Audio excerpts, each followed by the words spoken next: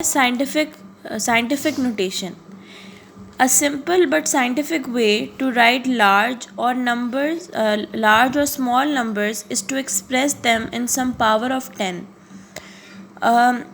अगर कोई बहुत ज़्यादा लार्ज या बहुत ज़्यादा स्मॉल नंबर्स हों तो उन्हें लिखने का एक आसान तरीका ये है कि आप उन्हें 10 की पावर में लिखते हैं। जैसे पीछे आपने प्रीफिक्सेस पढ़े हैं, ठीक है, तो अब जैसे 10 ये 1000 है, ठीक है, 1000 के अंदर आते हैं 3 ज़ीरो, ठीक है। अब 3 ज़ीरोज़ की जगह हमने उस पर लिख दिया 10 की पावर 3। 10 को 3 दफ़ा मल्टीप्लाई करें तो यही बनता है। तो इसी तरह वो कह रहे हैं कि अगर आपको किसी नंबर को एक्सप्रेस करना है तो आसान तरीका ये है कि आप उसे 10 की पावर में लिख दें। जैसे the moon is this metres away from the earth, ठीक है, 384,000,000 मीटर्स अवे फ्रॉम द अर्थ।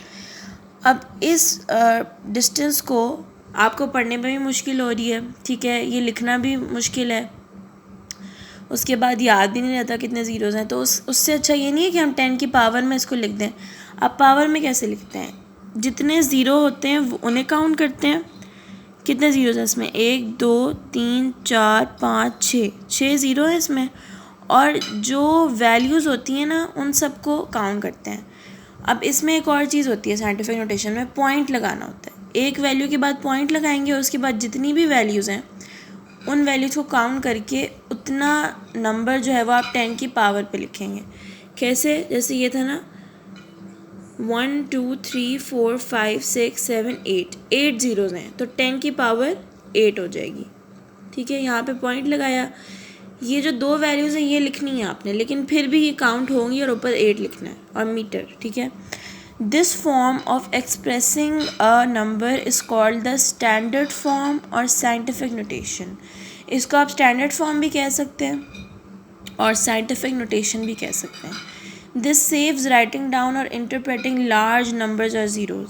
वही जैसे मैंने बताया कि बहुत ज़्यादा ज़ीरोज़ लिखने से बेहतर है कि आप इस तरह कर लें, इससे जो है वो टाइम भी बचता है और ज़्यादा लार्ज इंटरप्रेट का मतलब होता है लिखना, तो वो भी नहीं करना पड़ेगा। इसकी डेफिनेशन प्रॉपर ये दी हुई है, in scientific notation a number is expressed as some power of 10 multiplied by a number between 1 and 10। ये आपने याद करनी है डेफिनेशन कि साइंटिफिक नोटेशन में जो नंबर होता है उसको 10 की पावर में लिखा जाता है और उसको 1 और 10 के बीच में मल्टीप्लाई किया जाता है।